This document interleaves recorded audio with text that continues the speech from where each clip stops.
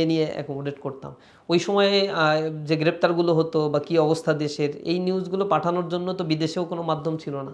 তখন আমাদের বিভাগ থেকে আমরা একেবারে প্রত্যন্ত অঞ্চলে কিছু ভাইদের পাঠিয়ে দিয়েছিলাম, যেমন চাঁপাইনবাবগঞ্জ এলাকার সীমান্তবর্তী এলাকায়।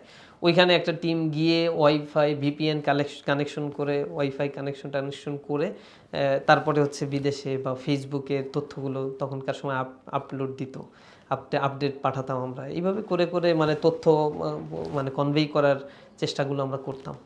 সীমান্তের ব্যাপারটা যেটা বললেন, ওইটা কি আসলে মানে ওই ইন্টারনেট কানেকশনটা কি ভারতের ওইটা ভিপিএন এর মাধ্যমে, হ্যাঁ, ওয়াইফাই দিয়ে ওইখানে কানেকশন পাওয়া যেত সীমান্তবর্তী এলাকাগুলোতে।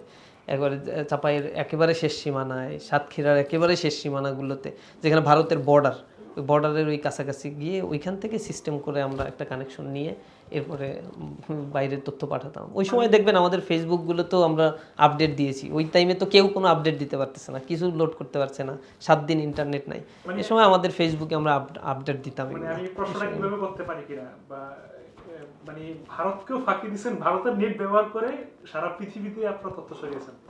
হ্যাঁ, এটা তো তাদের পক্ষে আসলে জানা কঠিন ছিল, সীমান্তবর্তী এলাকায় এটা কঠিন ছিল। আমাদের ভাইয়েরা যারা এই টেকনিক্যাল বিষয়গুলো ভালো বুঝতো, এয়ারে করে পাঠিয়েছিলাম, মানে বাস তো চলছিল না, সুতরাং যাতায়াতের জন্য ওয়েও ছিল না।